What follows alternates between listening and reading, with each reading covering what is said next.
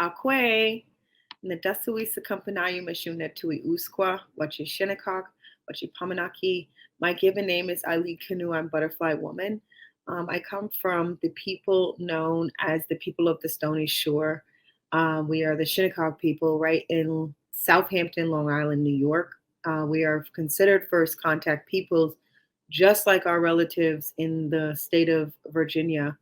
We are very similar in our culture to the people who are the original inhabitants of Virginia, and not only just Virginia, but all of the eastern states, because we never put borders between our states. So I'm really honored to be able to be here to talk about, the cultural understanding of cannabis, but more so indigenous knowledge. Um, One of the things that I'd like to kind of start with is giving land acknowledgement to the Virginia tribes. It's also important to note that there are federally recognized tribes in the state of Virginia and other tribes on the East Coast, but sometimes there are state recognized tribes as well. Um, so we have an important duty as tribal people to be stewards of the land and the water, and really mostly to one another. And this is something that, a lot of the firsthand written accounts of this country talked about witnessing. Um, but the lack of inclusion in the laws, early stages of this country being founded that included tribal communities, it really prevented us from continuing some of that stewardship to the land and to the water, as well as to one another. And we face some of those challenges currently today as we talk about cannabis. But it's also important that we can never forget that the earth is still alive and she has a spirit. Um, and with that, uh, we will do everything we can to protect Mother Earth. And one of the important things to note is that we're living in a time where this is also becoming a priority, not only to just indigenous people, but to all people that live on the earth. And one of the sacred plants that has allowed us to be able to keep this stewardship, and something that we have utilized um, in so many different ways, is the cannabis plant. It's a very sacred plant, just like many other medicinal plants that are indigenous to our lands. Is that we really have to understand that if tribes are not included into the space, what happens to the stewardship that we now have with one another, what that we now have with the land and the water and the environment. And cannabis is a teacher of that stewardship. Cannabis has been used, as most people know, for thousands and thousands and thousands of years, and what people say is medicinal purposes, or ancestral and ancient use. And some of those are not only medicinal to necessarily consume, but for clothing, for agriculture, for what it does to the land, to what it does to one another. There's a teaching that that plant actually provides us to be stewards of the land and the water and to one another. And we have to be able to get back to that. A lot of the tribes here on the East Coast, some of these firsthand written accounts that people read um, from some of the early settlers out of Virginia, New Jersey, Maryland sometimes. And when you think about Pennsylvania, you think about New York and, Massachusetts, Rhode Island, Connecticut, even down into the South, Georgia, North Carolina. A lot of these communities, as tribal communities, have been cultivating and using this plant for medicines for their community for thousands of years. And if you were to go and do any kind of research on some of, like I said, the first handwritten accounts, you will see that there has been witness to this stewardship with the plant. And what we're not seeing today is honoring our treaties. In a lot of our treaties, we talk about our commerce that we have been using, right, and the trade routes, and that we have been using, and not only just for cannabis, but for other purposes. I have a ring right now, which is a wampum ring. It is a considered, most people think of as America's first currency. I also have a cannabis ring too, you know. But I wear these because these are medicine to our people, and it has saved lives of our people. But more importantly, we have been trading and doing commerce with these medicines for thousands of years on ancient highways. Some of those highways are waterways. Some of those highways are what most people know as, Route 66, Route 44, um, 95, 85, 75. A lot of these, well known interstate routes and highways are originally ancient trade routes for commerce for tribes. But when we're not honoring the treaties, because some of these treaties, as we know, as treaties are the supreme law of the land, these treaties that our tribes have had, not only with the federal government or even the state government, but some of the tribes that live in some of these colonial states have had with the crown. Um, these treaties are not being honored today. And we see this because there is not inclusion of tribes in the bills that are being passed when we talk about cannabis. And I'm sure, people can maybe think like, oh, you're just talking about the sacred plant, da, da, da, da, da. But one thing to think about is we can never lose sight of what we're actually talking about, and that is cannabis, and its sacredness to our people, and what our job is as Indigenous people who are still connected to the earth is to speak up for the voiceless. And if we are not in a position or not included, our voices are not only heard, but the plant doesn't have justice. And I love the name Canna Justice, because that's really what it is. It's justice for the cannabis plant, the people that are connected to it. But by not honoring those treaties with our ancient trade routes, because a lot of those treaties actually date back to the early 1600s, that talk about what some of those ancient trade routes are, and the non-interference that, whether they are villages, settlements, states, or federal governments, the non-interference with those trades. And we're seeing, unfortunately, throughout the country, the lack of inclusion in the bills. And so when tribes enter in the cannabis industry, a lot of people are not sure on how that really works because there is not inclusion in the bills that are being passed. So I think for us to be able to become stewards once again, really to one another, um, we have to really understand that um, leaving tribes out of an industry is really disrupting and interrupting the harmony that we have on earth, because of the ancient wisdom that we hold and we have, but also what this plant does for so many people. Um, so I just want to thank Canna Justice for one, including tribal voices, because I think it shows the need for something to happen. And it really is platforms like this that really gives us a voice, amplifies and echoes what we've really just been, fighting for hundreds and hundreds of years. Natives are not new to cannabis at all by any means. But it's important to know that we are entering the industry at a level of big business. And it's imperative that we begin to work together. So there's so many different ways to learn or get involved in amplifying tribal voices, but also learn how you can work with wherever state you're in or whatever part of the industry you're in. Mary Jane Oatman is the founder and editor for Tribal Hemp and Cannabis magazine.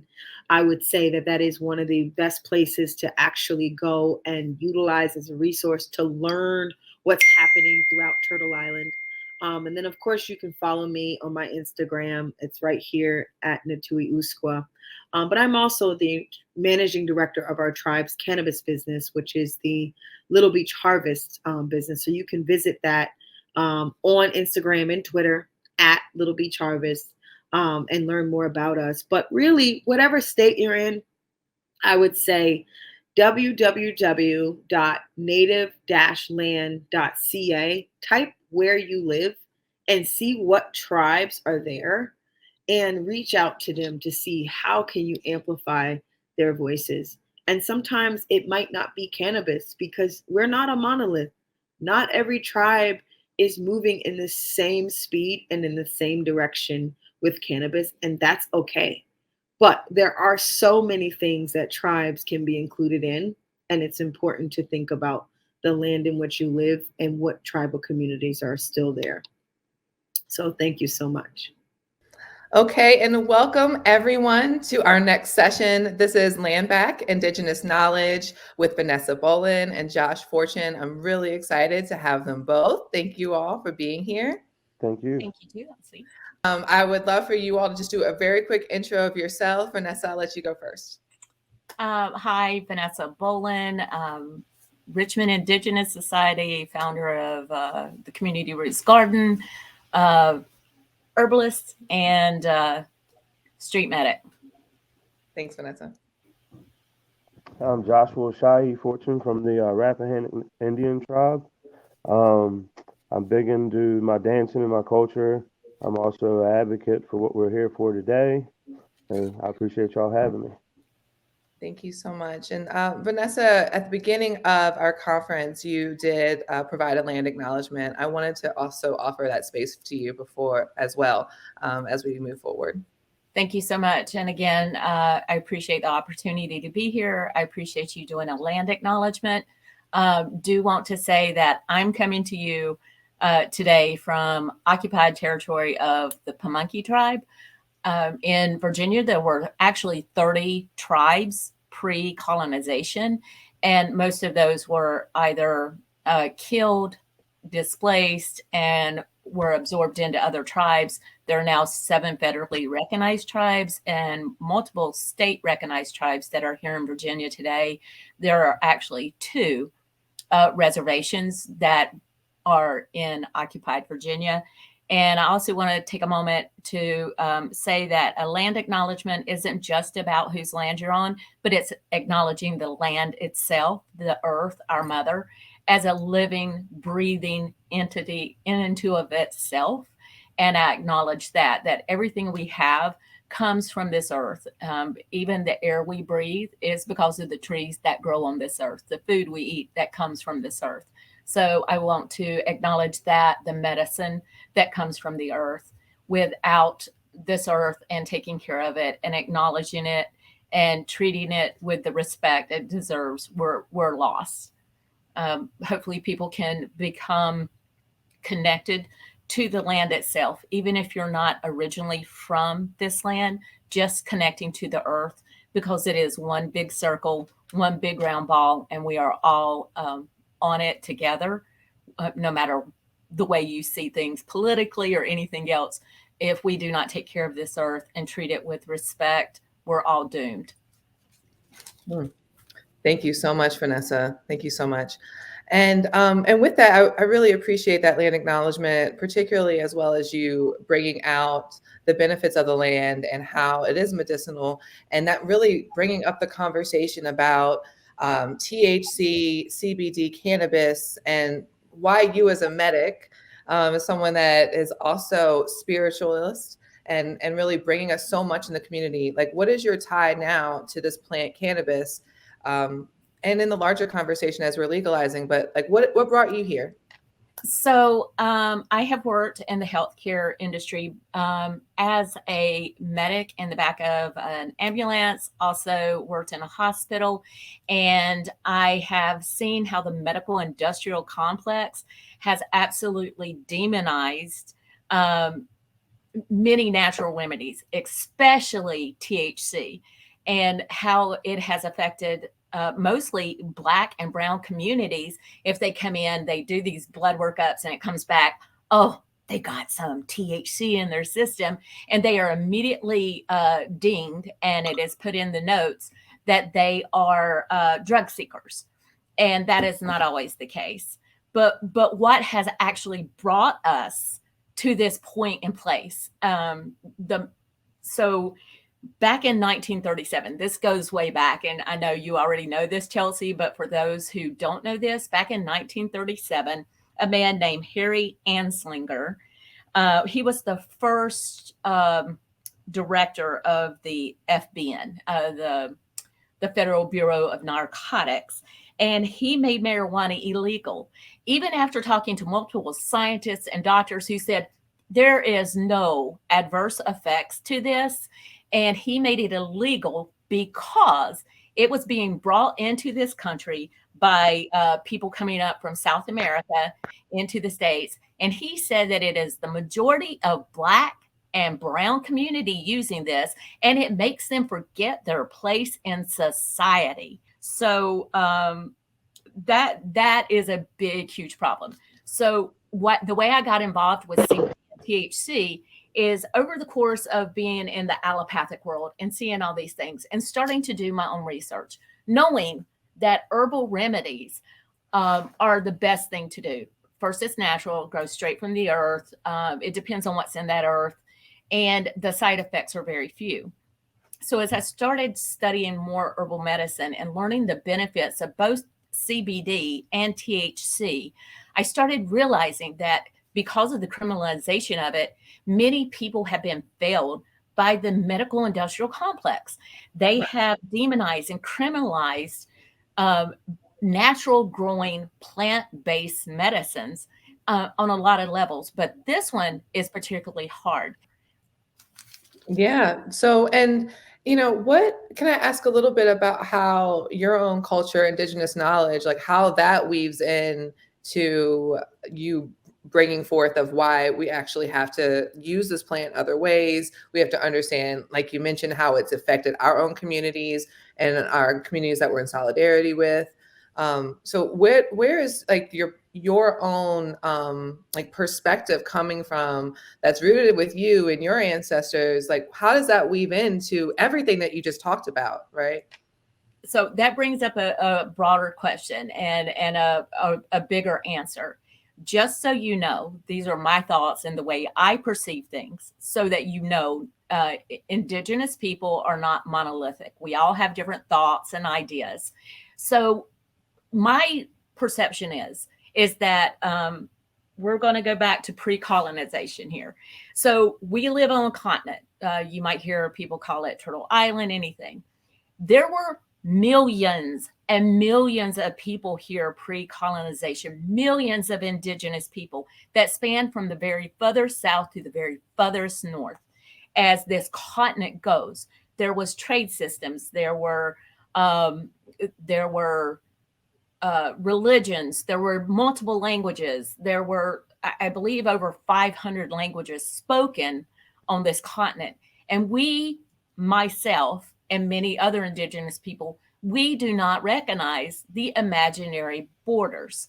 So those are imaginary. They are made up. This is from the colonizers divvying out a continent and deciding who was going to be in control. The reason I'm saying that, when you ask me what this means in my culture, is in the South Americas, as these people were coming up in lands, remember, that they have been traveling for thousands upon thousands of years before colonization, that plant, the cannabis plant, was used for weaving. It was used for medicinal purposes. It was used in ceremony. So as this man, you've got to go back here again to 1937, Harry Anslinger, as he said, oh, the Latinos are bringing it in this thing. They were actually bringing their medicine. They were bringing their ceremony into lands that they had occupied thousands of years before colonization ever took place. Right. So it was but then again, that has to go back to colonization with the understanding that indigenous people did not even have the right to pray or practice their ceremony or to practice their religious belief because of colonization up until the 1970s. We were not given that right. You could be either murdered or put in jail just for praying, just for doing your ceremonies. And that includes everything from cannabis to sweat lodge to peyote to all of the things that we have been practicing as indigenous people for thousands of years. Right. So the criminalization of these plants, of this medicine, of our prayers, of our ceremonies is just ridiculous. Right. And the fact that the medical industrial complex jumped right on top of that, and there's so much to talk about how CBD and THC can help and for what they can help you with. Right. Josh, I feel like I just want to ask you to weigh in on this conversation before we hear a little bit more about what you're doing specifically with cannabis right now and your interests. But any just feedback or any kind of just I mean, it goes back, like Vanessa said, to Mr. Anslinger, but before then, you got to even realize that when Rockefeller was around, he actually banned the use of herbal medicine because it wasn't addictive. So then they created, I guess, the health board, per se, and they used the opioids to make the medicines, which were addictive. So that's how your big pharmaceuticals came into play. So they knew from the beginning that herbal medicine was the right way to go. It was just the fact of it wasn't beneficial to them because anybody could get their hands on it. Right. So when you look at THC and CBD and the things it does, I mean, heck, we're even giving it to pets. So I mean, animals have always been test subjects. The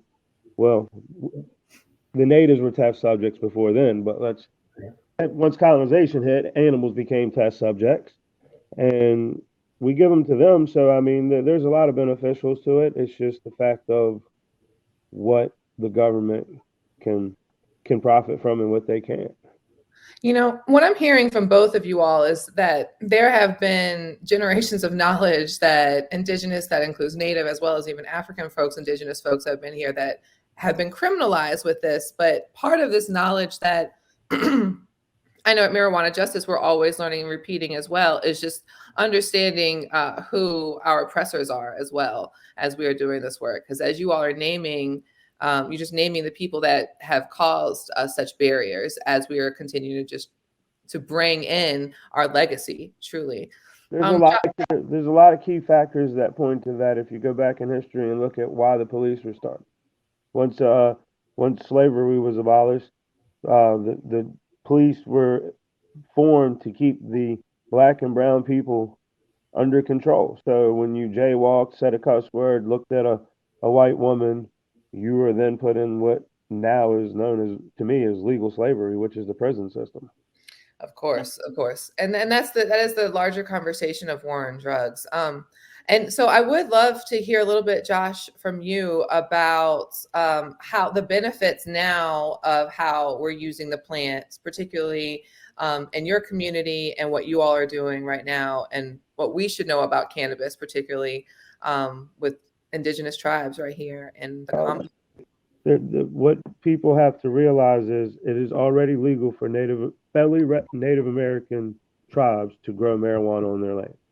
It's always been legal, but it's not a law that is looked at because a lot of Native American tribes have had beaten to their head over the years of growing up that marijuana is bad.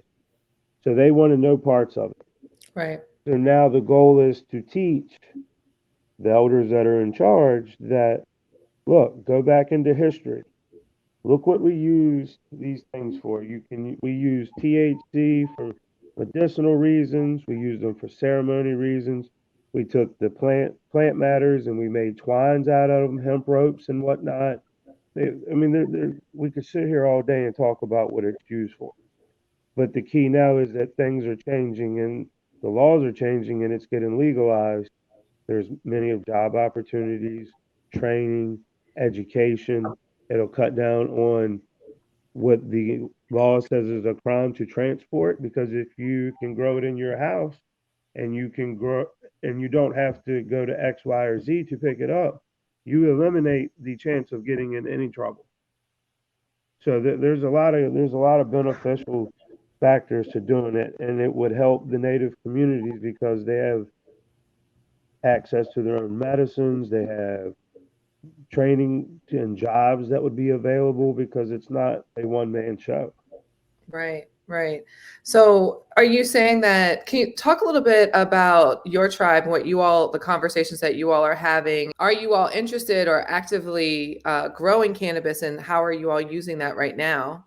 We haven't started anything. It has been on the table for the last 6 months now, and just finally getting, after me having many and many conversations with the chief and assistant chiefs on why we should do this, and now they are interested in moving forward. At once some other steps are taken to do some medicinal growing for herbal medicines for our elders and for people in the tribe, and also not just medicinal use, but for other um, as gardening, all that, because I mean, it all goes hand in hand.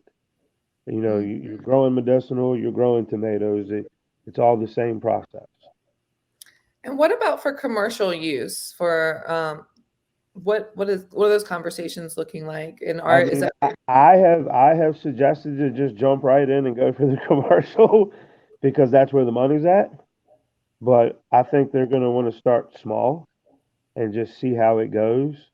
But the commercial idea is not out of out of the talks yet.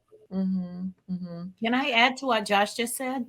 So, Josh, you're exactly right. And we have to go back, look at history. And there was a movie that came out that the government specifically made called, was it Reefer Madness? And it terrified people. And so, because of colonization and Christianization and the demonizing of plant based medicine and herbal remedies, we have suffered as Indigenous people.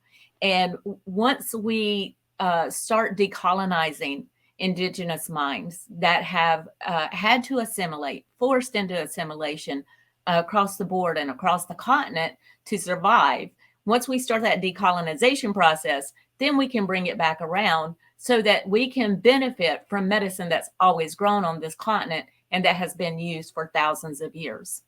Exactly. Exactly. And so what for you both, what are your hopes for your tribe's future with cannabis, for your personal, in like the greater community? What are your hopes moving forward? I mean, I have goals. I mean, I have goals to help my tribe get involved in the industry, but I personally want to own my own grow farm and own my own dispensary. I mean, I have a lot of knowledge. I know how to grow it from start to finish, cultivate it, dry it, everything. And, you know, it's just something, I mean, I'm an electrician by trade. I mean, that's something I'll always have, but I'm not as passionate about it as when it comes to comes to growing. And I mean, I feel like this is just something I've always been good at and something I do know a lot about, and something that I know that has to be done right, that is not chemically induced with PGRs, and you have natural, organically grown marijuana. You know, you can use it for a wide variety of things.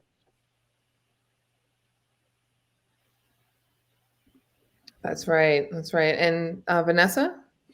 Well, I want to see a day where the medical industrial complex is kind of put in its place. I want to see a day when people who have things like seizure, chronic pain, nausea, migraine, depression, anxiety, muscle spasms, glaucoma, all of this, know that they can reach for CBD or THC as a natural way of helping them. It cannot cure things, but when you start looking at the alternatives of what the pharmaceutical industry and the medical industrial complex pushes are synthetic drugs, which actually get their basis from natural plant medicine, and they have more side effects, which in fact cause people to have to take more medication that has its own side effects that leads to something else.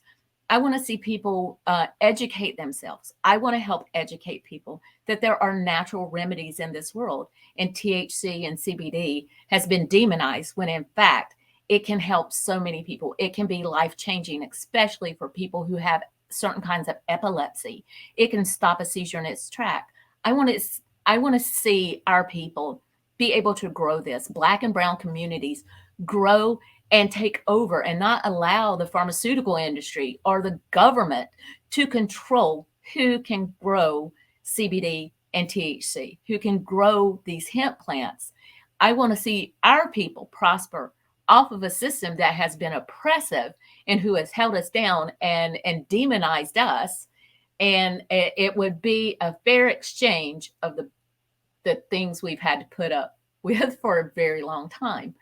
I just want to see people become educated. I want to see them go back to the land, go back to the earth, go back to what actually is going to help you and not create more problems than what the synthetic drugs that come from this pharmaceutical industry actually creates. It does not benefit them if people become well or healthy or can take care of themselves. It only benefits them if they can control those things, criminalize them, demonize them, and make synthetic forms of it.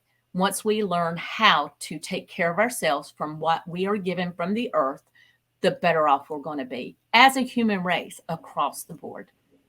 Truly, truly. The money. Yep, but right. If we put the growing of hemp into the hands of Black and brown communities, they're going to prosper. That is definitely a threat to a system that's set up on white supremacy. Go back to 1937, go back to Rockefeller, like you said, and look at the oppression and the things that have happened. It would be their just desserts if we were in control of growing those things. Bring prosperity to our communities.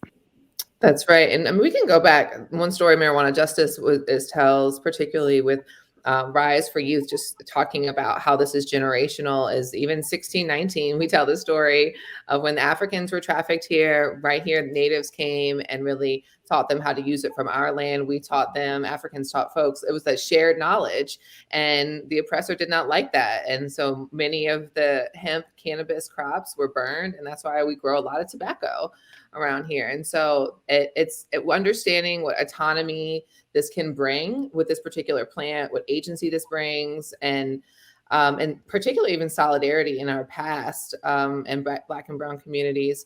I'd also just want to bring up and ask, how does sovereignty and sovereign land, how does that factor into growing cannabis for you all?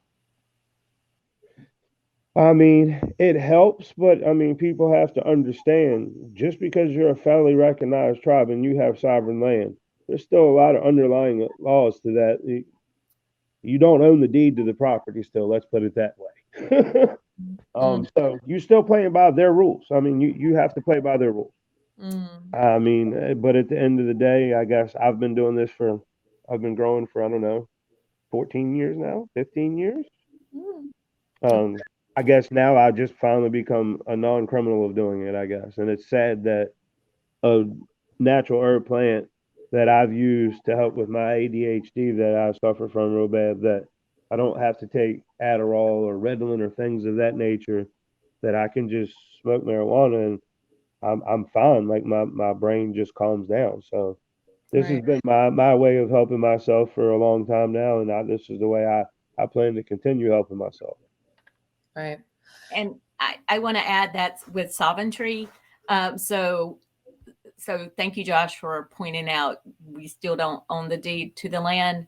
But here again, as far as sovereign people, we have to realize and recognize that every treaty ever made with indigenous people has been broken, every single solid one of them. But also, those treaties came off of deception of to indigenous people, because we always recognized that we were only caretakers of this land. It did not belong to us. It belonged to the next 7 generations, and we treated it accordingly.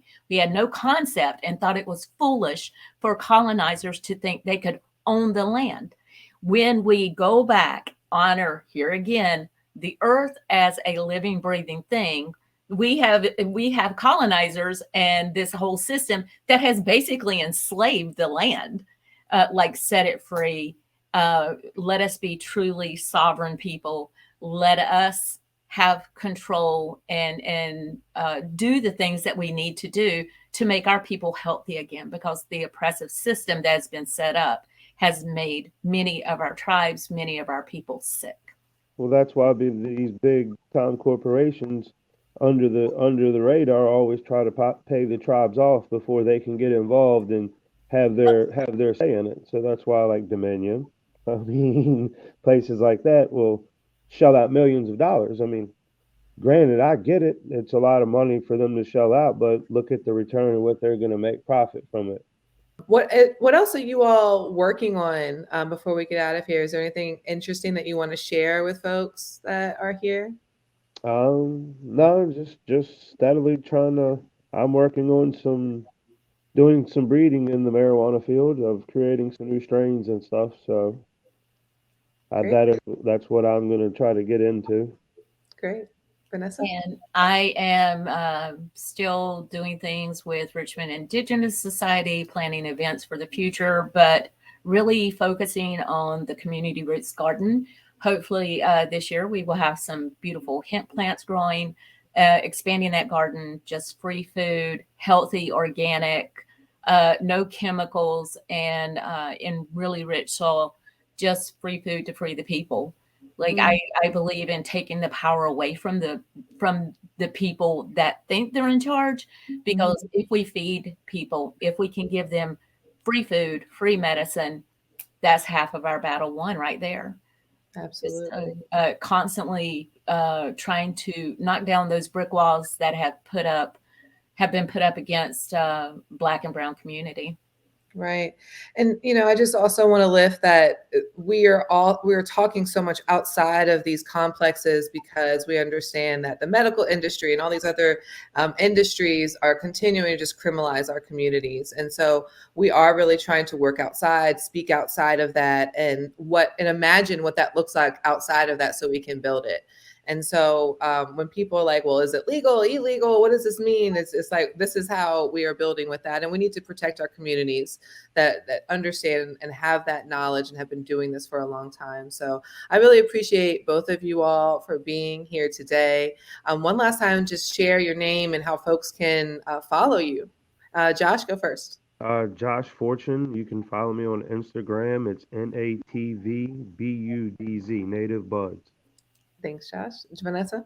And I am on Facebook, Vanessa Boland. You'll know the picture when you see it. There's multiple, so be aware that mine is actually a cartoon character, and you'll recognize it. I think it's got some feathers on the back of a cap. And I am on Instagram. You can follow River City Medic Collective, and also you can follow Richmond Indigenous Society on all the social media platforms. Great. All right. Well, thank you both for being here. Thank you. Thank you. For everyone attending, and we will talk with you soon.